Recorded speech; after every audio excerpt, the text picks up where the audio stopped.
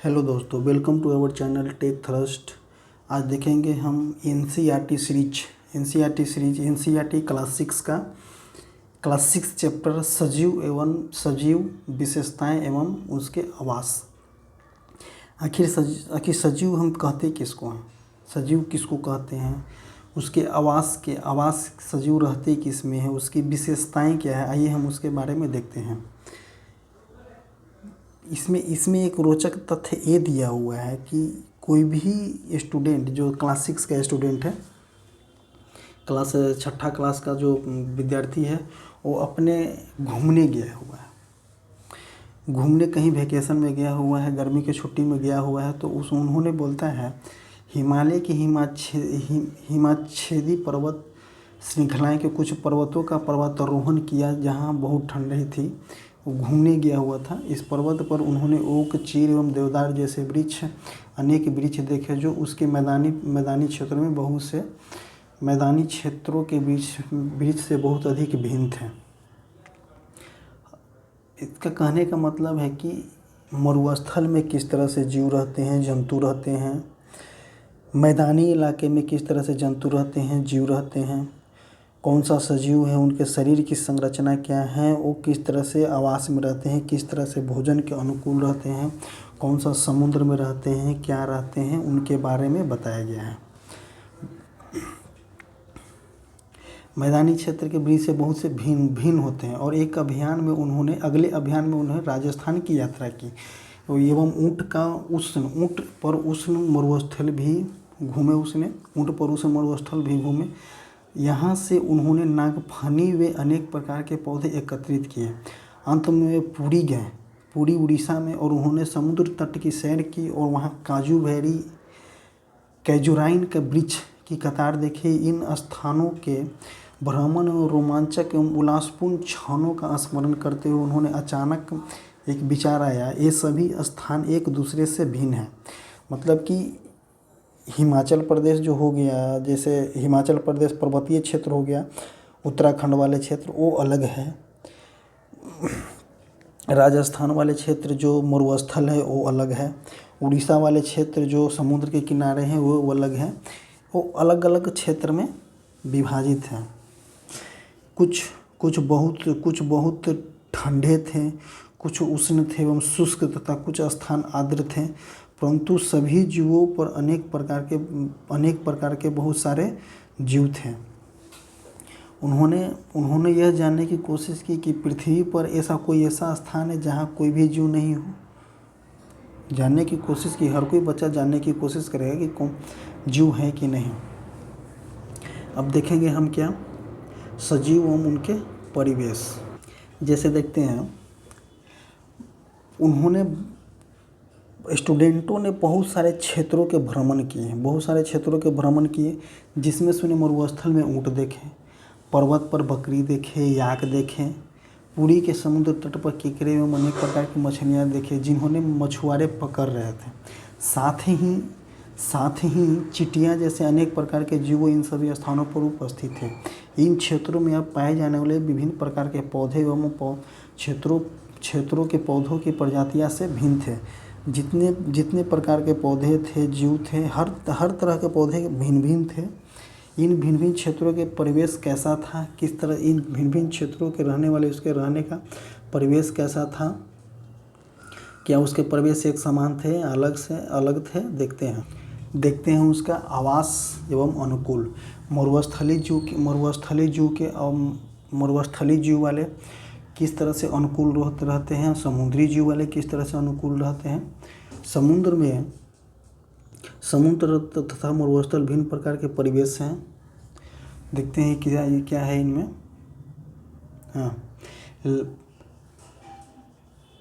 इन दोनों क्षेत्र, समुद्री जीव एवं मरुस्थली जीव के बारे में देखते हैं, वो किस तरह के परिवेश में रहते हैं, उनके जंतुओं के बारे में देखेंगे, पौधे के बारे में देखेंगे। समुद्र में जंतु तथा पौधा लवणीय जल में रहते हैं तथा श्वसन के लिए जल में विलेय ऑक्सीजन का उपयोग करते हैं। समुद्र में जीव जंतु तथा पौधे लवणीय जल मतलब कि खारे पानी में रहते हैं तथा श्वसन के लिए जल में मिले ऑक्सीजन का उपयोग करते हैं। खारे पानी क्या है? जिसमें से नमक की मात्रा हो। खारे पानी वे हो, खारे नमक को हो गया खारे पानी जिसमें लवण की मात्रा हो। लवण की मात्रा जैसे खारे पानी हो, नमक की मात्रा हो, लवणीय जल कहलाएंगे। और उसमें घुले ऑक्सीजन के मरुस्थल में जल बहुत कम मात्रा में उपलब्ध होता है। मरुस्थल में जल होता ही नहीं है। मरुस्थल दिन में बहुत गर्म एवं रात में ठंड हो जाते हैं।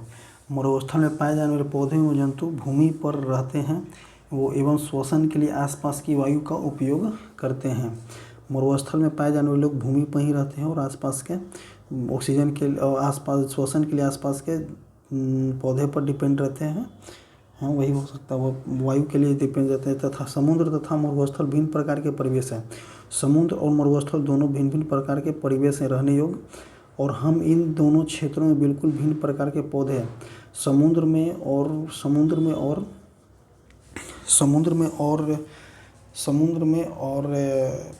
मरुस्थल में भिन्न भिन्न प्रकार के जीवन पौधे को देखते हैं। जैसे देखते हैं, आइए दो भिन्न भिन्न प्रकार के परिवेश है। समुद्र में दो जंतु हैं, ऊँट और तथा मछली का प्रवेश करते हैं। ऊँट का शारीरिक संरचना मरुस्थलीय परिस्थितिकी के बारे में जानते हैं।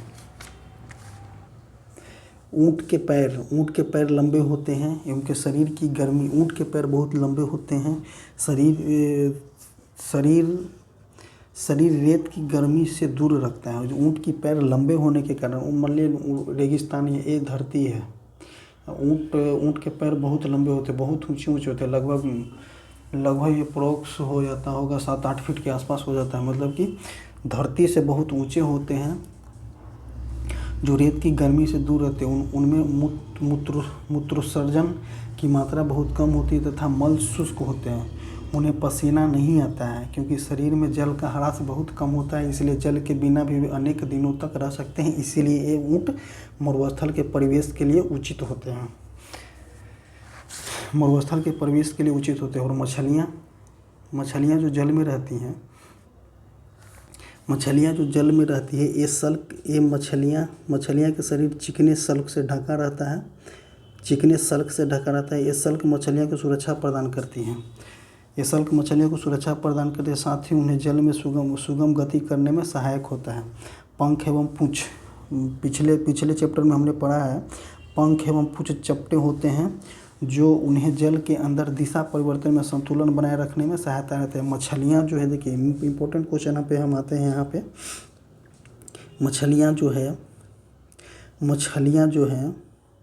मछलियों के गिल होते हैं तथा उसे जल में श्वसन लेने में सहायता होते हैं। मछलियाँ श्वसन किसके माध्यम से करते हैं? गिल के माध्यम। गिल को इंग्लिश में क्लोएम, कभी कभी गिल देगा, कभी कभी क्लोएम देगा, तो आप इस पॉइंट को याद कीजिएगा। मछलियाँ के गिल होते हैं तथा उसे जल तथा श्वसन के लिए सहायक होते हैं। अब देखते हैं क्या स्थलीय आवास अनुकूलन किसे कहते हैं? अनुकूलन जिस विशिष्ट संरचनाओं अथवा स्वभाव की उपस्थिति किसी पौधे अथवा जंतु को उसके परिवेश में रहने की योग्य बनाती है। अनुकूलन किसे कहते हैं? जिस विशिष्ट, मतलब कि शरीर की संरचना उस जीव की जिस विशिष्ट संरचनाओं एवं उसके स्वभाव में उपस्थिति किसी पौधे तथा जंतु को उसके परिवेश में, पौधे या जंतु उसके परिवेश में रहने के योग्य बनते हैं, उसे अनुकूलन कहते हैं। विभिन्न जंतु विभिन्न परिवेश के प्रति अलग रूप से अनुकूलित होते हैं। सजीव किसे कहते हैं? किसी सजीव का वह स्थान जिसमें वह रहता है उसका आवास कहलाता है। अनुकूलन हो गया कि उसके परिवेश के अनुसार उसके विशिष्ट संरचना एवं स्वभाव की उपस्थिति किसी पौधे अथवा जंतु को उसके परिवेश में रहने के लिए योग्य बनाते हैं, अनुकूलन कहलाती है। और आवास क्या कहलाती है? किसी जीव का वह स्थान जिसमें वह रहता है उसका आवास कहलाता है। अपने भोजन, वायु, शरण स्थान एवं अन्य आवश्यकताओं के लिए जीव अपने आवास पर निर्भर रहते हैं। आवास का अर्थ होता है वास स्थान, मतलब कि घर। विभिन्न प्रकार के पौधे एवं जंतु की आवास में संयुक्त रूप से अलग भी हो सकते हैं। स्थलीय जीव, स्थलीय जीव किसे कहते हैं? स्थलीय आवास, स्थलीय जमीन स्थल पर पाए जाने वाले पौधे एवं जंतु को आवास को स्थलीय जीव कहते हैं। स्थलीय जीव में कौन कौन से, स्थलीय आवास में कौन कौन से आ जाएंगे? वन, घास के मैदान, मरुस्थल, तटीय पर्वतीय क्षेत्र, तटीय पर्वतस्थलीय स्थानीय आवास के कुछ उदाहरण हैं। जैसे झील, नदियाँ, समुद्र, जहाँ पौधे एवं जंतु जल में रहते हैं, जलीय आवास कहलाते हैं। स्थानीय आवास में कौन कौन से हो गए? वन, घास के मैदान। स्थानीय आवास में हो गया वन, घास के मैदान, मरुस्थल, तट, पर्वतीय क्षेत्र। जैसे कि हमने इस टॉपिक को स्टार्टिंग में ही जिक्र किया था कि हर जगह पे अलग अलग परिवेश होता है और वहाँ पे अलग अलग आवास होता है। जैसे झील, नदियाँ, समुद्र, जहाँ पौधे एवं जंतु जल में रहते हैं उसे जलीय आवास कहते हैं। स्थल में रहते हैं उसे अवस्थलीय आवास कहते हैं शॉर्ट में। अब देखते हैं जैव घटक और अजैव घटक। जैव घटक क्या है? किसी आवास में पाए जाने वाले सभी जीव, जैसे किसी आवास में पाए जाने वाले सभी जीव जैसे पौधे एवं जंतु, किसी जीव जैसे पौधे एवं जंतु, जैसे जैव घटक को हो गया जो शोषण करता हो जैव घटक के अंतर्गत में, जैसे पौधे जीव ये दोनों शोषण करते हैं, ये दोनों जैव घटक में आता है। अजैव घटक में कौन कौन से आ जाएंगे? चट्टान, मिट्टी, वायु, जल, अनेक निर्जीव आवास के अजैव घटक हैं। सूर्य का प्रकाश एवं ऊष्मा भी परिवेश के अजैव घटक हैं। एग्जाम में क्वेश्चन पूछता है कि निम्न में से कौन सा जैव घटक है और अजैव घटक है? तो आप जैव घटक को याद कीजिए जिसमें जो सांस लेता हो, जैसे जीव और पौधे, ये दोनों जैव घटक के अंतर्गत दोनों श्वसन क्रिया करते हैं। और उसके अलावा जितने हैं जो सभी अजैव घटक हैं। यहाँ तक कि सूर्य का प्रकाश एवं ऊष्मा भी अजैव घटक का उदाहरण है। एक छोटा सा टॉपिक हम देखते हैं क्या है इसमें। एक छोटा सा टॉपिक जो बहुत ही इम्पोर्टेंट है, जो ज़्यादातर घूमने वाले लोग हैं उनके बारे में बताया गया है। अपने परिवेश में होने वाले परिवर्तन के, हमारे बातों पे ध्यान दीजिएगा किस तरह से हम इस बातों को रख रहे हैं। अपने परिवेश में होने वाले परिवर्तनों के साथ सामंजस्य स्थापित करने के लिए कुछ जीवों में थोड़े समय के लिए परिवर्तन हो सकते हैं। उदाहरण के लिए यदि हम मैदानी क्षेत्र में रहते हैं और अचानक हम कहीं घूमने पर्वतीय क्षेत्र में चले जाते हैं, तो उसमें से हमें क्या सी सावधानियाँ बरतनी होगी या क्या सी हमें कठिनाइयाँ आएगी, उसमें हम देखते हैं। श्वसन लेने में एवं शारीरिक व्यायाम में असुविधा हो सकती है। श्वसन लेने में भी, और शारीरिक व्यायाम बोले तो उसमें चढ़ने में, किस तरह से चढ़ना है, हमारे शरीर उस परिवेश में नहीं ढला हुआ है, क्योंकि हम मैदानी में रहते हैं और हम चले गए हैं पर्वतीय क्षेत्र में, तो वहाँ पे हमें कुछ असुविधाएं होगी। पहाड़ पर हमें तीव्र गति से श्वास लेना पड़ता है, क्योंकि पहाड़ पे हमें तीव्र गति से श्वास लेना होता है। आगे के अध्याय में देखेंगे हम पहाड़ पे वायुदाब कब कम होता है और वहाँ पे वायुदाब कम होता है। हम आगे वाले चैप्टर में हम देखेंगे, आगे वाले क्लास में भी देख सकते हैं, चैप्टर में भी देख सकते हैं। पहाड़ पर तीव्र गति से सांस लेना होता है। ये सब स्टेटमेंट वाइज क्वेश्चन आता है। जैसे हम इसको पढ़ रहे हैं एनसीईआरटी को, तो इसमें स्टेटमेंट वाइज क्वेश्चन आता है जो कि बनाने में बहुत ही इम्पोर्टेंट होता है। पहाड़ पर हमें तीव्र गति से श्वास लेने पड़ते हैं। कुछ दिनों बाद हमारा शरीर पर्वतीय क्षेत्र के वातावरण प्रति अपने आवास को ढाल लेता है। अब जैसे धीरे धीरे रहेंगे तो हमें पर्वतीय क्षेत्र में आवास ढल जाएगा तथा हमें सांस लेने में कोई परेशानियां नहीं होगी, और सांस लेने में हमें परेशानियां नहीं होगी। अब देखते हैं इसमें क्या बोलते हैं। अल्प अवधि में किसी एक जीव के शरीर में होने वाले छोटे छोटे परिवर्तन पर्यावरण कुल कहलाते हैं। ये परिवर्तन हजारों वर्ष में हुए अनुकूल से भिन्न होते हैं। अब क्या बोलते हैं? पर्यावरण कुल परिवर्तन किसे बोलते हैं?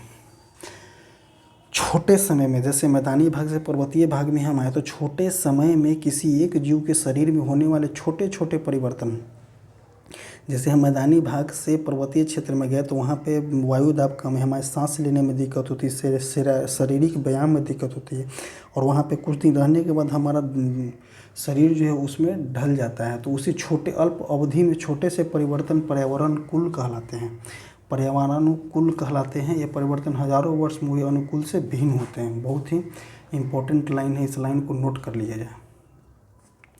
हम देख अजैव घटक के बारे में हमने देखे, अजैव घटक के बारे में देखें वायु जल प्रकाश तथा ऊष्मा जैसे अजैव घटक सजीवों के लिए अत्यंत आवश्यक हैं। देखिए ये क्या मस्त टॉपिक है। अजैव घटक जो हैं जैव घटक के लिए बहुत ही इम्पोर्टेंट है। जैसे वायु भी अजैव घटक में आते हैं, जल भी अजैव घटक, प्रकाश भी अजैव घटक तथा ऊष्मा जैसे अजैव घटक सजीवों के लिए बहुत ही आवश्यक है। ये सब जीवों जो है बहुत ही आवश्यक है, क्योंकि अगर वायु नहीं रहेगा तो श्वसन कैसे होगा, और श्वसन वैसा ही श्वसन करने वाले जीव ही जैव घटक कहलाते हैं। जैसे जीव एवं पौधा, ये दोनों जैव घटक के अंतर्गत आते हैं। अब देखते हैं क्या, मरुस्थलीय आवास, विभिन्न आवास में यात्रा। कुछ मरुस्थल में अजैव घटक एवं ऊँटों के अनुकूल, मरुस्थल भी अजैव घटक ही अंतर्गत है, क्योंकि ये श्वसन नहीं करता है। एवं ऊँट के अनुकूलन के विषय में हम पहले ही चर्चा कर चुके हैं। मरुस्थल में पाए जाने वाले अन्य जीव जैसे पौधे में क्या होता है, मरुस्थल में पाए जाने वाले पौधे भी होते हैं, चूहे होते हैं, वो किस तरह से अनुकूल रहते हैं। मरुस्थल में रहने वाले चूहे एवं सांप ऊँट की भांति लंबे पैर नहीं होते हैं, ठीक है। दिन में तेज गर्मी से बचने के लिए भूमि के अंदर गहरे बिल में रहते हैं। रात्रि के समय जब तापमान में कमी आती है तो बाहर निकलते हैं। मरुस्थल में ये जो अजैव घटक है, मरुस्थल भी अजैव घटक है। ऊँट के अलावा इसमें चूहा भी होते हैं, सांप भी होते हैं। और ऊँट जो होता है ऊपर में स्थल पे होता है, क्योंकि उसके पैर लंबे होते हैं, और गर्मी के एहसास उसे कम होता है, क्योंकि उनके पैर लंबे हैं और भूमि से लंबे हैं। और जो चूहा है हो गया, सांप हो गया, ये दिन के समय में जब मरुस्थल पूरी तरह से गर्म हो जाती है तो चूहा बिल के अंदर चले जाते हैं, और रात में जब मरुस्थल ठंडा होता है तो लोग बाहर अपना परिवेश के लिए आता है। समुद्र में मरुस्थल में उगने वाले कुछ मरुस्थलीय पौधे, जैसे मरुस्थल में उगने वाले कुछ पौधे, नागफनी का पौधा। मरुस्थल पौधे वाष्पोत्सर्जन द्वारा जल की बहुत कम मात्रा निष्कासित करते हैं। मरुस्थलीय पौधे वाष्पोत्सर्जन द्वारा जल की बहुत कम मात्रा निष्कासित करती है। मरुस्थलीय पौधे में पत्तियां या तो अनुपस्थित होते हैं या बहुत छोटे होते हैं।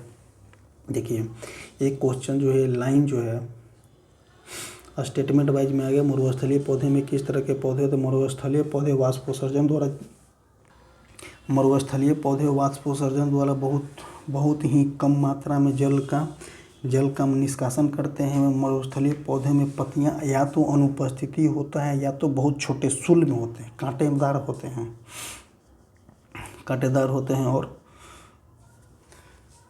अनुपस्थित होते हैं तथा बहुत ही छोटे होते हैं। जो कुछ पौधे में पत्तियां कांटे का रूप होते हैं, ये ले लेते हैं। इसमें पत्तियों से होने वाले वाष्पोत्सर्जन में होने वाले जल ह्रास की कमी आती है। वाष्पोत्सर्जन कम होगा क्योंकि मरुस्थल में पानी नहीं है। नागफनी में पत्ते जैसे जिस संरचना को आप देखते हैं वो वास्तव में इसका तना है। इन पौधों में प्रकाश संश्लेषण सामान्यतः तने में होता है। मरुस्थलीय एक दूसरे स्टेटमेंट में हम बोल सकते हैं कि मरुस्थलीय पौधे में वाष्पोत्सर्जन तना द्वारा होता है, क्योंकि पत्ती तो होते नहीं हैं। तना एक मोटा मोम परत से ढका रहता है, और इसका जो तना है, जो स्टीम जो है, एक मोटा मोम परत से ढका रहता है, जिससे पौधे को जल संरक्षण में सहायता मिलता है। अधिकतर मरुस्थलीय पौधे में जड़ द्वारा जल अवशोषित होते हैं। मिट्टी में बहुत इसके जड़ जो है मिट्टी में बहुत अंदर तक जाता है जल अवशोषण के लिए, क्योंकि भूमि पे जल तो है नहीं। अब आते हैं, देखते हैं क्या पर्वतीय क्षेत्र। पर्वतीय क्षेत्र देखते हैं। पर्वतीय क्षेत्र क्या है? ये आवास से समानतः बहुत ठंडे होते हैं और इनमें तेज़ हवा चलती है। कुछ क्षेत्रों में शीतकाल में हिमपात भी होता है, ये तो देखने को मिलता है। यदि आप पर्वतीय क्षेत्र में रहते हैं,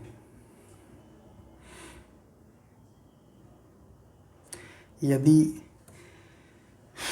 आप पर्वतीय क्षेत्र में रहते हैं अथवा वहाँ घूमने गए हो तो आपने अनेक वृक्ष देखे होंगे, परंतु क्या आपने ऐसे वृक्षों को अन्य क्षेत्रों में देखा है जो ये वृक्ष अपने आवास में विद्यमान परिस्थितियों में रहने के लिए अनुकूल हैं? ये वृक्ष सामान्यतः पर्वतीय क्षेत्र के वृक्ष जो होते हैं सामान्यतः क्या होते हैं? शंक्वाकार होते हैं तथा इनकी शाखाएं तिरछी होती है। इसमें कुछ वृक्षों की पत्तियां सुई के आकार की होती है।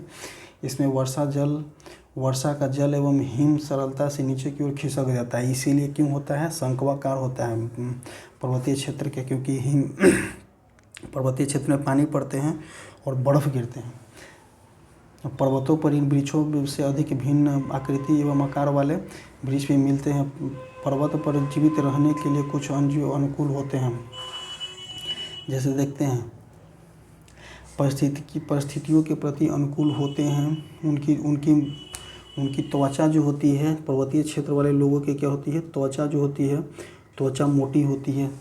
त्वचा मोटी एवं या फर ठंड से उनका बचाव करते हैं। उदाहरणतः शरीर को गर्म रखने के लिए यहाँ का शरीर लंबे बालों से ढका होता है। पहाड़ी तेंदुओं के शरीर पर एक फर होते हैं। यह बर्फ़ पर चलने के समय उसके पैरों को ठंड से बचाता है। पहाड़ी बकरी मजबूत खुर एवं ढालदार चट्टाने पर दौड़ने के लिए अनुकूल होते हैं।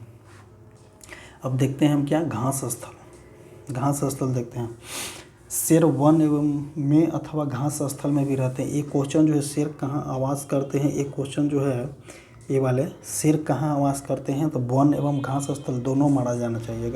अगर पूछा गया कि शेर और बाघ का आवास स्थान क्या है, तो वन एवं घास स्थल को छोड़ना नहीं है, क्योंकि बहुत इंपॉर्टेंट है। क्योंकि घास स्थल में भी पेड़ रहते हैं और घास का मतलब है नहीं छोटा छोटा घास नहीं, घास भी बड़ा बड़ा होता है। सो हम देख सकते हैं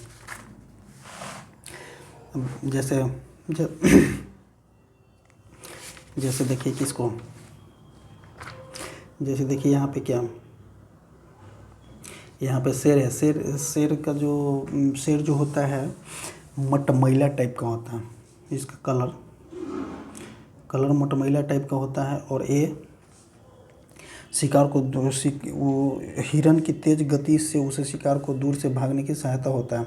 शेर हिरन तथा अन्य जंतुओं एवं पौधों में और बहुत सी विशिष्ट संरचनाएं होती हैं, उन्हें आवास में जीवित रहने योग्य बनाता है। अब देखते हैं समुद्री जीव के बारे में तो हमने अध्ययन कर चुका है।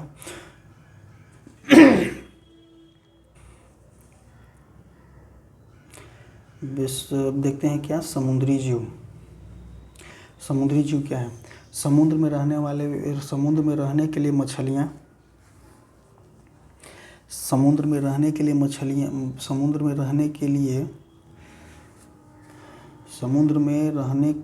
मछली को अनुकूल में विषय में हम चर्चा कर चुके हैं। बहुत से समुद्री जंतुओं का शरीर भी धारारेखीय होता है, जिसमें वह जल में सुगमता से चल सकता है। और एक छोटा सा हम एग्जाम्पल बताते हैं। स्क्वैड एवं ऑक्टोपस जैसे कुछ समुद्री जीव का शरीर आमतौर पर धारारेखीय नहीं होता है, वे समुद्र के तलहटी में रहते हैं। कौन सा? समुद्र के तलहटी में कौन रहते हैं? स्क्वैड एवं ऑक्टोपस जो है समुद्र के तलहटी में रहते हैं। वे समुद्र की गहराई में रहते हैं तथा अपनी ओर आने वाले शिकार को पकड़ लेते हैं। जब वे जल में चलते हैं तो अपने शरीर का धारारेखीय बना लेते हैं और अपने कंस्ट्रक्शन को धारारेखीय बना लेते हैं। शरीर में चलते समय जल में श्वास लेने के लिए वह गिल का उपयोग करते हैं। कौन? स्क्वैड एवं ऑक्टोपस गिल का उपयोग करते हैं। एक्सेप्ट में कौन सा है? डॉल्फिन एवं व्हेल जैसे कुछ जंतुओं को गिल नहीं होते हैं। ये सिर पर स्थित नासा द्वार एवं बाह्य छिद्रों द्वारा श्वसन करते हैं। ये डॉल्फिन जो है सिर पर स्थित नासा द्वार एवं बाह्य छिद्रों द्वारा श्वसन करते हैं। वे समय समय पर समुद्री सतह पर आकर श्वसन छिद्र से श्वसन वायु अंदर छिद्र पर जल बाहर निकालते हैं, श्वास द्वारा स्वच्छ वायु अंदर भरते हैं। क्या आपने कभी दूरदर्शन पर देखा होगा समुद्री जीवों को? अब देखते हैं तालाब एवं झरना। अगला परिवेश क्या है? तालाब एवं झरने, तालाब एवं झील। तालाब एवं झील में किस तरह से पौधे रहते हैं? तालाब एवं झील, तालाब एवं झील के बारे में हम देखते हैं। इनमें से कुछ पौधे की जड़ें, तालाब और झील में जो पौधे होते हैं इनमें से कुछ पौधे की जड़ें जलाशय की तलहटी की मिट्टी पर स्थिर रहती है। स्थलीय पौधे में जड़ मिट्टी से जल एवं खनिज पोषक के अवशोषणों का महत्वपूर्ण कार्य करते हैं, परंतु जलीय पौधे में जड़ आकार में बहुत छोटे होते हैं एवं इनका मुख्य कार्य को तलहटी में जमाए रखना होता है। इन पौधे के तना लंबे होते हैं। जो जल में पौधे होते हैं, सबसे इम्पोर्टेंट लाइन यहाँ ये है, जल में पौधे का तना लंबा, खोखला, हल्का होता है। जल में इन पौधे का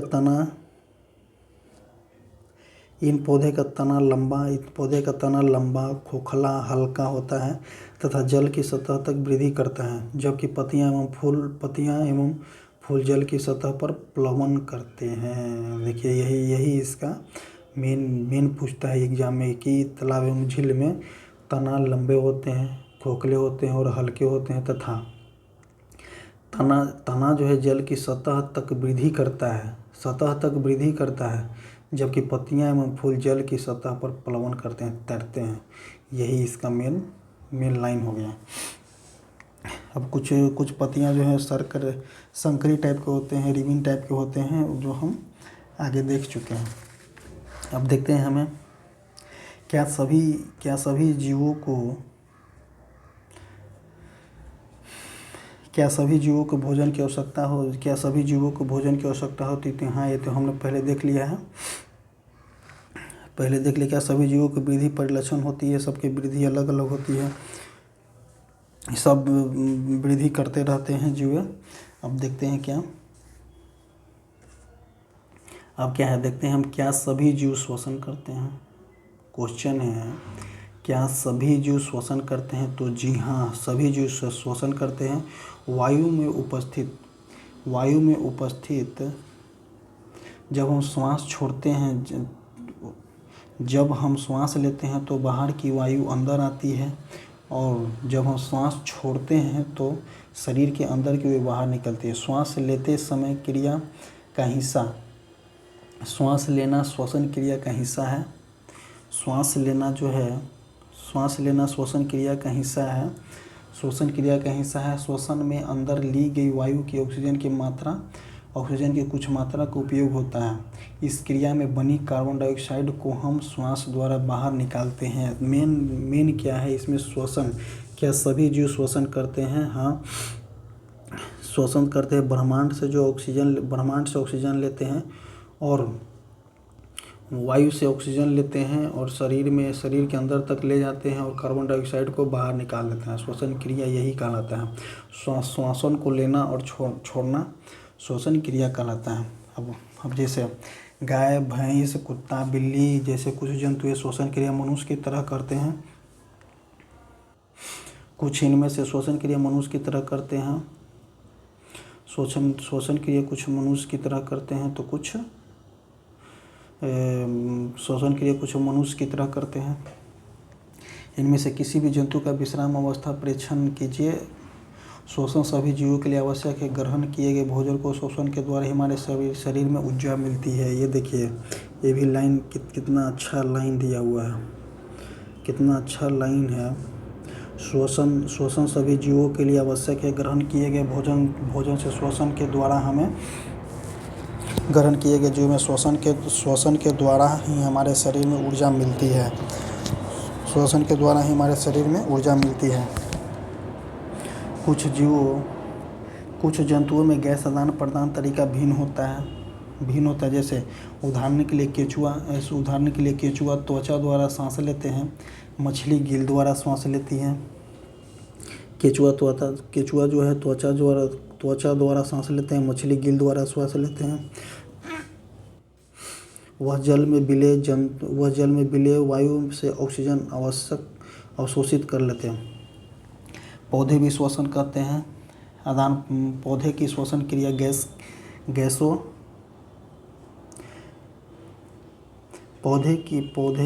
पौधे भी श्वसन करते हैं। पौधे की श्वसन क्रिया में गैसों का आदान प्रदान मुख्यतः उसकी पत्तियां द्वारा होती हैं। पत्तियां सूक्ष्म रंध्रों द्वारा वायु के अंदर लेती है तथा ऑक्सीजन का उपयोग करती है और कार्बन डाइऑक्साइड वायु को निष्कासित करती है। ये लाइन को जो है ना, ये लाइन को बहुत बारीकी से देखना होगा। क्या पौधे भी श्वसन करते हैं? तो जी हाँ, पौधे की श्वसन क्रिया में गैसों का आदान प्रदान मुख्यतः उसकी पत्तियां द्वारा होती है। ठीक है, यहाँ तक ठीक है। पत्तियां सूक्ष्म रंध्रों द्वारा वायु को अंदर लेती है तथा ऑक्सीजन का उपयोग करती है। वह कार्बन डाइऑक्साइड वायु में निष्कासित करती है। पत्तियां भी, जो पेड़ पौधे भी जो है मनुष्य की तरह ही श्वसन करते हैं, जो कार्बन और जो क्या बोलते हैं, ऑक्सीजन को उपयोग करते हैं और कार्बन डाइऑक्साइड को निष्कासित करते हैं पौधे भी। और जो बोलते हैं, और जो उसमें जो है प्रकाश की उपस्थिति में पौधे वायु को कार्बन डाइऑक्साइड का उपयोग भोजन बनाने के लिए किया जाता है तथा ऑक्सीजन छोड़ता है। और क्या है, प्रकाश की उपस्थिति में पौधे, इस लाइन को भी ध्यान देना होगा। प्रकाश की उपस्थिति में पौधे वायु की कार्बन डाइऑक्साइड का उपयोग भोजन बनाने के लिए करते हैं। प्रकाश की उपस्थिति में पौधे वायु की कार्बन डाइऑक्साइड का उपयोग भोजन बनाने के लिए करते हैं तथा ऑक्सीजन छोड़ते हैं। श्वसन क्रिया द्वारा दिन और रात दोनों में निरंतर चलती रहती है। भोजन बनाने की प्रक्रिया में निष्कासित ऑक्सीजन की मात्रा पौधे द्वारा श्वसन में उपयोग की जाने वाली मात्रा बहुत अधिक होती है। जैसे आप ये समझे नहीं होंगे, समझाते हैं। कार्बन डाइऑक्साइड का उपयोग भोजन बनाने के लिए करते तथा ऑक्सीजन छोड़ते हैं। श्वसन क्रिया दिन और रात दोनों में निरंतर चलती रहती है। मनुष्य की तरह ही भोजन बनाने की प्रक्रिया में निष्कासित ऑक्सीजन की मात्रा पौधे द्वारा श्वसन में उपयोग किए गई मात्रा से अधिक होती है। जैसे कि प्रकाश संश्लेषण में कार्बन डाइऑक्साइड लेता है और ऑक्सीजन छोड़ता है। पौधे प्रकाश संश्लेषण में प्रकाश की उपस्थिति में कार्बन डाइऑक्साइड लेता है और ऑक्सीजन छोड़ता है इस मात्रा में। और पौधे श्वसन लेने में ऑक्सीजन लेते हैं और कार्बन डाइऑक्साइड छोड़ते हैं। इस प्रकाश संश्लेषण ज़्यादा ऑक्सीजन को बाहर निकालता है। प्रकाश संश्लेषण में कंपेरिजन टू ऑक्सीजन में ऑक्सीजन कम लेते हैं और ज़्यादा छोड़ते हैं। जैसे आगे देखते हैं हम क्या सभी जीव उद्दीपन या प्रति अनुक्रिया करते। उद्दीपन क्या है? जैसे हम देखते हैं उद्दीपन क्या है। कोई पौधा देखें और सूर्य की रोशनी के अनुसार ही वो मुड़ जाता है, वो उद्दीपन कहलाता है। उद्दीपन कहते हैं इन सभी प्रकार के परिवर्तनों की प्रक्रिया को उद्दीपन कहते हैं। उद्दीपन में वही है जो तेज धूप को आप अंधेरे स्थान पर अचानक तेज धूप में आते हैं तो क्या आपकी आंखें स्वतः ही बंद हो जाती है? कुछ क्षण के बाद बंद हो जाती है। तब जब तक वे तेज प्रकाश में अभ्यस्त नहीं हो जाते, आपको प्रिय व्यंजन तेज प्रकाश एवं कांटा उपयुक्त स्थितियों के आप बाह्य वातावरण में होने वाले परिवर्तनों को उदाहरण देख सकते हैं। सेम वही है। और क्या बोलता है, कुछ पौधे के पुष्प केवल रात्रि के समय ही खिलते हैं। कुछ पौधे के पुष्प सूर्यास्त के बाद बंद हो जाते हैं। कुछ पौधे के पुष्प जो है रात्रि के समय खिलते हैं और कुछ पौधे के पुष्प सूर्यास्त के बाद बंद हो जाते हैं। छुई मुई गुलमेहंदी के पौधे पत्तियां छूने पर अचानक मुरझाई जाती है। ये पौधे उद्दीपन के प्रति अनुक्रिया के उदाहरण हैं। उद्दीपन के प्रति अनुक्रिया के उदाहरण कौन से हैं? छुई मुई का पौधा, गुलमेहंदी का पौधा। सजीवों के उत्सर्जन। अब देखते हैं क्या सजीवों में उत्सर्जन। उत्सर्जन क्या देखेंगे? सभी जीव भोजन करते हैं और जो पचे भोजन के बाद जो अवशेष बचते हैं उसको अपशिष्ट पदार्थों को बाहर निकालते हैं, उत्सर्जन कहलाते हैं। विभिन्न जैव प्रक्रियाओं के फलस्वरूप हमारे शरीर में कुछ अपशिष्ट पदार्थ उत्पन्न होते हैं। सजीवों द्वारा इन अपशिष्ट पदार्थों के निष्कासन के प्रक्रम को उत्सर्जन कहते हैं। जैसे मेरा पसीना क्या है, उत्सर्जन होता है।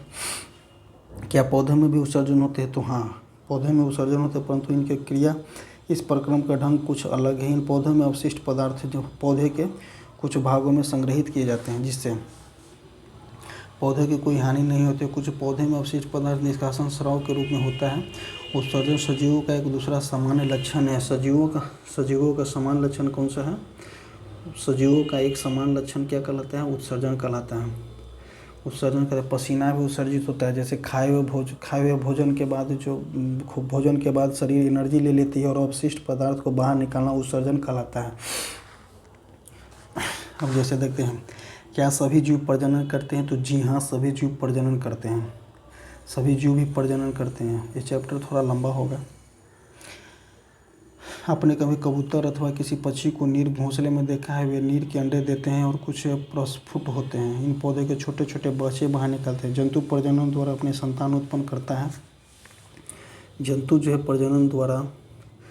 प्रजनन द्वारा अपने संतान उत्पन्न करते हैं। विभिन्न जंतुओं के प्रजनन का ढंग अलग अलग होता है। कुछ जंतु अंडे देते हैं जिसमें पशु निकलते हैं। कुछ जंतु शिशु को जन्म देते हैं, लेकिन जनन हर किसी में होता है। अब देखते हैं पौधे में जनन। पौधे भी प्रजनन करते हैं। जंतुओं की तरह पौधे भी प्रजनन तरीके भिन्न है। बहुत से पौधे बीजों द्वारा प्रजनन करते हैं। पौधे बीजों उत्पन्न करते हैं, हम उन्हें अंकुरित करते हैं, पौधा उगाते हैं। एक पौधे का बीज अंकुरित होकर नया पौधा बना बीजों द्वारा। अब देखते हैं कुछ पौधे के बीज अतिरिक्त अपने कायिक पदार्थों की भी कुछ पौधे बीजों के अतिरिक्त अपने कायिक भागों द्वारा भी नए पदार्थों का, उदाहरण की तरह आलू कलिका द्वारा भाग जन्म होता है। उसे आलू जो है कलिका द्वारा होती हैं। जैसे एक आलू में बहुत सारे एक बीज आलू का रोपे और उसमें बहुत सारे बीज बन जाता है, जो कलिका का कायिक भागों के द्वारा जन्म होता है। इसे कायिक आलू के सुप्त कलिकाओं के उगता हुआ पौधा, कायिक जन्म। कलम द्वारा पौधे को उगाया जाता है। जैसे गुलाब के फूल पौधे कलम द्वारा भी उगाए जाते हैं। अब देखते हैं नेक्स्ट टॉपिक क्या है। नेक्स्ट टॉपिक क्या है? सजीव प्रजनन प्रक्रिया द्वारा अपने समान अनेक संतान उत्पन्न करते हैं। विभिन्न जीवों में प्रजनन की विधियां भिन्न भिन्न होती है। प्रजनन होता है जो सजीव जो है अपने जैसा संतान उत्पन्न करता है, प्रजनन कहलाता है। अब देखते हैं क्या सभी जीव सजीव हैं? सभी जीव गति करते हैं? तो जी हाँ, सभी जीव गति करते हैं, एक्सेप्ट पेड़ पौधे गति नहीं करते हैं। पेड़ पौधे गति नहीं करते हैं। पेड़ पौधे क्या वे भी गति करते हैं? पौधे सामान्यतः भूमि में जकड़े रहते हैं। वे एक स्थान से दूसरे स्थान तक नहीं जा सकते, परंतु विभिन्न पदार्थ जैसे कि जल, खनिज एवं संश्लेषित खाद्य पदार्थों पौधे के एक भाग से दूसरे भाग तक संवहित होती है, इसीलिए सजीव कहलाते हैं। क्या आपने पौधे की अनेक प्रकार की गति देखी है? पुष्पों का खिलना, बंद होना, पुष्पों का खिलना ये भी एक गति का ही उदाहरण है। क्या आपको याद है कि किसी पौधे विभिन्न उद्दीपकों के प्रति किस प्रकार की अनुक्रिया करते हैं? हाँ, उद्दीपकों के प्रति किस प्रकार अनुक्रिया करते हैं, ये भी सजीव का ही उदाहरण है। कुछ निर्जीव वस्तुओं को भी आपने गति करते हुए देखा होगा। कुछ निर्जीव वस्तुओं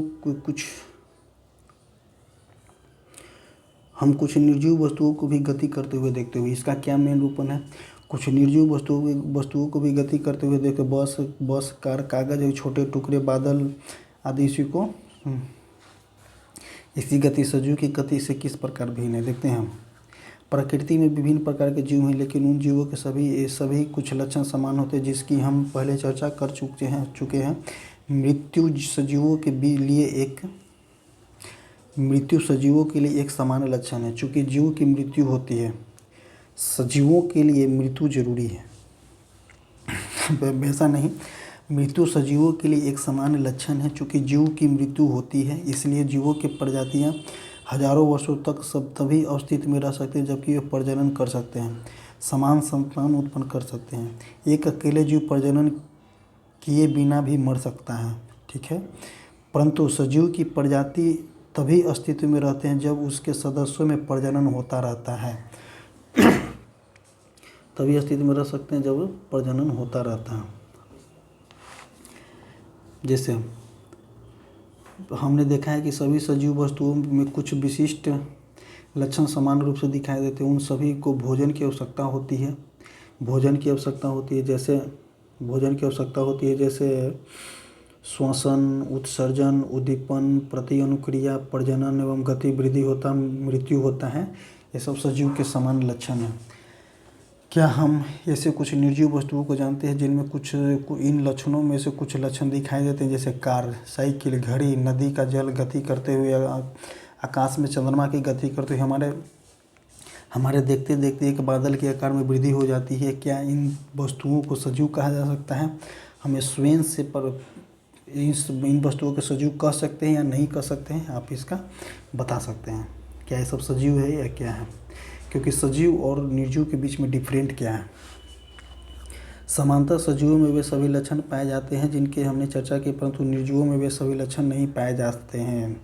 इम्पोर्टेंट है। जैसे उत्सर्जन नहीं कर सकते हैं, श्वसन नहीं ले सकते हैं, उद्दीपन, प्रकाश के प्रति उद्दीपन अनुक्रिया नहीं होगा, प्रजनन नहीं होगा, वृद्धि नहीं होगा, मृत्यु नहीं होगा, तो ये सब निर्जीव के अंतर्गत आते हैं। अब देखते हैं फिर जीवन क्या है। नेक्स्ट लाइन हम देखते हैं, फिर जीवन, आखिर जीवन क्या है? जीवन क्या है? गेहूं को बोरी में आप हाथ डालिए, क्या आपको कुछ गर्मी का अनुभव होता है? गेहूं के बोरी में कुछ गर्मी उत्पन्न होती है। यह गर्मी बीजों के श्वसन के कारण उत्पन्न होता है। जैसे हमने कभी कभी सोचा है, अगर गेहूं के बोरी में हम हाथ डालते हैं तो गर्म महसूस होता है, या किसी और अनाज में हम हाथ डालते हैं तो गर्म महसूस होता है। आखिर क्यों? क्योंकि बीज भी श्वसन करते हैं, तभी वो जीवित रहते हैं। बीज भी श्वसन के कारण उत्पन्न होते हैं। हमने यह भी देखा है कि बीजों में श्वसन की क्रिया उन समय भी चलती रहती जबकि अन्य जैव प्रक्रम उतने सक्रिय नहीं होते हैं। ये देखिए लाइन कितना इम्पोर्टेंट है। बीजों में श्वसन की प्रक्रिया उस समय भी चलती रहती जबकि अन्य जैव प्रक्रम सक्रिय नहीं हो, जैसे कि उत्सर्जन नहीं करता हो, वृद्धि नहीं करता हो। ये जैव प्रक्रम के अंतर्गत ही आते हैं। लेकिन जैव प्रक्रम उतने सक्रिय नहीं होते हुए भी बीज जो है श्वसन करते हैं, जिसके वजह से गेहूं में रखा हुआ बीज जो है गर्म महसूस होता है। क्यों? श्वसन की वजह से। संभवतः हमारे प्रश्न आखिर जीवन है क्या का उत्तर देने के लिए इतना सरल नहीं हो सकता, परंतु अपने चारों ओर पाए जाने वाले जीवों को विविधता को देखकर अचानक ही मुंह से निकल जाती है कि कितना जीव सुंदर है। ये तो खैर आगे बताया गया है, सब इम्पोर्टेंट है नहीं। अब देखते हैं इसका कुछ शब्दवाली प्रमुख शब्द देखते हैं। अनुकूलन क्या है? अनुकूलन का परिभाषा क्या है? देखते हैं हम अनुकूलन का परिभाषा क्या है। अनुकूलन कहते किसको हैं? अनुकूलन क्या की परिभाषा क्या है? परिवेश में रहना, जीन विशिष्ट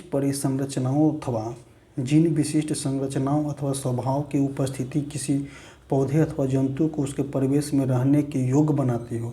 किसी विशिष्ट संरचनाओं अथवा स्वभाव की उपस्थिति किसी पौधे अथवा जंतु को उसके परिवेश में रहने के योग्य बनाती हो, उसे क्या बोलते हैं? उसे अनुकूलन बोलते हैं। उसे क्या बोलते हैं? उसे अनुकूलन बोलते हैं। अनुकूलन बोलते हैं। अब आवास क्या है? जो सजीव जो इसमें आवास करते हैं, जैसे वन हो गया, घास के मैदान हो गया, पर्वत हो गया, झील हो गया, नदी हो गया, ये सब आवास के अंतर्गत ही आएंगे। जलीय आवास क्या होते हैं? जो पौधे जल में रहते हैं, जंतु जल में रहते हैं, जलीय आवास कहलाते हैं। सजीव क्या है? जो सजीव का सबसे मेन उदाहरण क्या है? जो प्रजनन करते हैं, उत्सर्जन करते हैं, प्रकाश उद्दीपनों में भाग लेते हैं, सजीव कहलाते हैं। जैव घटक क्या है? जैव घटक जो सजीव हैं, मेनली जो सजीव हैं, जो जैव घटक कहलाते हैं, जैसे कि जीव और जंतु और पौधे जैव घटक के अंतर्गत आते हैं। प्रजनन जो अपने जैसा संतान उत्पन्न करता है, प्रजनन कहलाता है। उत्सर्जन क्या है, अपशिष्ट पदार्थों का निष्कासन ही उत्सर्जन कहलाता है। श्वसन क्या है, वायु में उपस्थित ऑक्सीजन को लेकर के कार्बन डाइऑक्साइड को निष्कासन करता है, श्वसन कहलाता है। वृद्धि क्या कहलाता है अपने वृद्धि क्या कहलाता है वंस अगेन हम देखेंगे अनुकूलन से।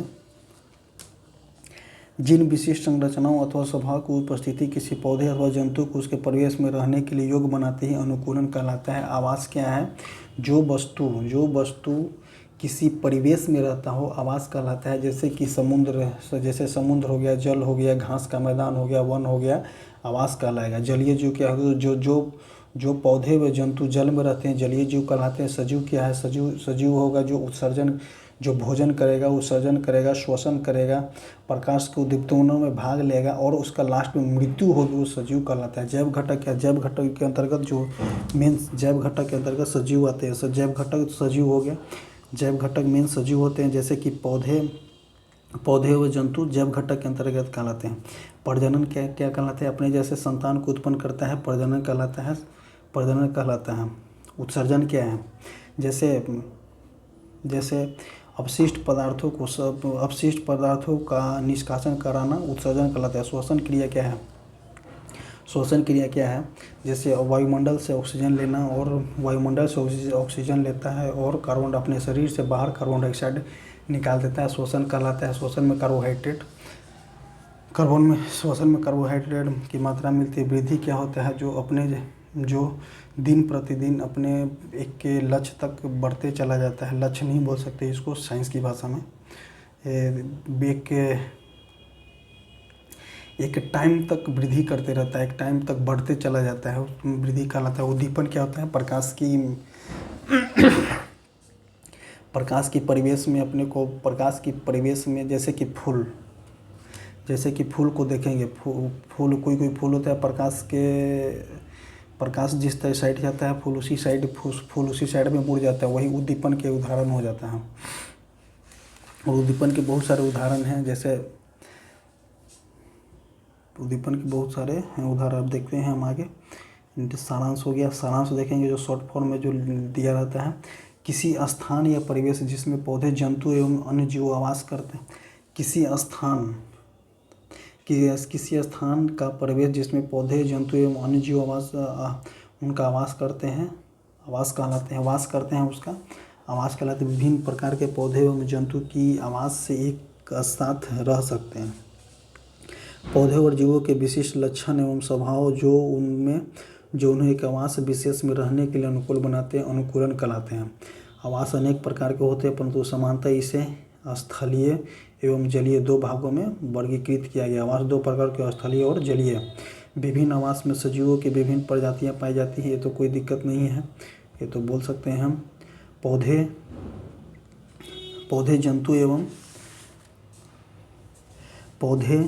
पौधे जंतु एवं सूक्ष्म जीव संयुक्त रूप से जैव घटक कहलाते हैं। देखिए यही बोलते हैं ना, पौधे जंतु सूक्ष्म जीव जैव घटक कहलाते हैं। अब देखते हैं, चट्टानें, मिट्टी, जल, प्रकाश, ताप, परिवेश जैव घटक कहलाते हैं। सजीव वस्तुओं के कुछ समान लक्षण, उन्हें भोजन की आवश्यकता होती है, वे उत्सर्जन करते हैं, श्वसन करते हैं, पर्यावरण के प्रति अनुकूल होते हैं, प्रजनन करते हैं, वृद्धि करते हैं, गति करते हैं, क्या कहलाते हैं, सजीव कहलाते हैं। सजीव के समान लक्षण। अब इसी प्रकार ये मेरा चैप्टर जो है समाप्त होता है। सजीव विशेषताएं एवं आवास, ये चैप्टर थोड़ा लंबा है, समझाना पड़ता है कि क्या है क्या नहीं है। सो इसी तरह से हमारा NCERT सीरीज को जुड़े रहें। NCERT क्लास 6 का आज 6 चैप्टर समाप्त हो गया, और इसी तरह से हमें बूस्टअप दें और जुड़े और आगे तक शेयर करें। और हमारे कमेंट बॉक्स में और डिस्क्रिप्शन बॉक्स में दिया हुआ है, कमेंट बॉक्स और डिस्क्रिप्शन बॉक्स में दिया हुआ है लिंक टेलीग्राम का। वहाँ पे रेगुलर वाइज टेस्ट चलता है, आप जा कर के वहाँ पे जुड़े और साइंस का टेस्ट अटैम्प्ट करें। मेन वहाँ पे साइंस का टेस्ट बहुत अच्छी तरीक़ा से होता है, अच्छा क्वेश्चन रहता है, आप जाइए और अटेंड कीजिए। सो थैंक यू, जय हिंद। इसी तरह से आज NCERT क्लास 6 का ख़त्म होता है। थैंक यू, जय हिंद।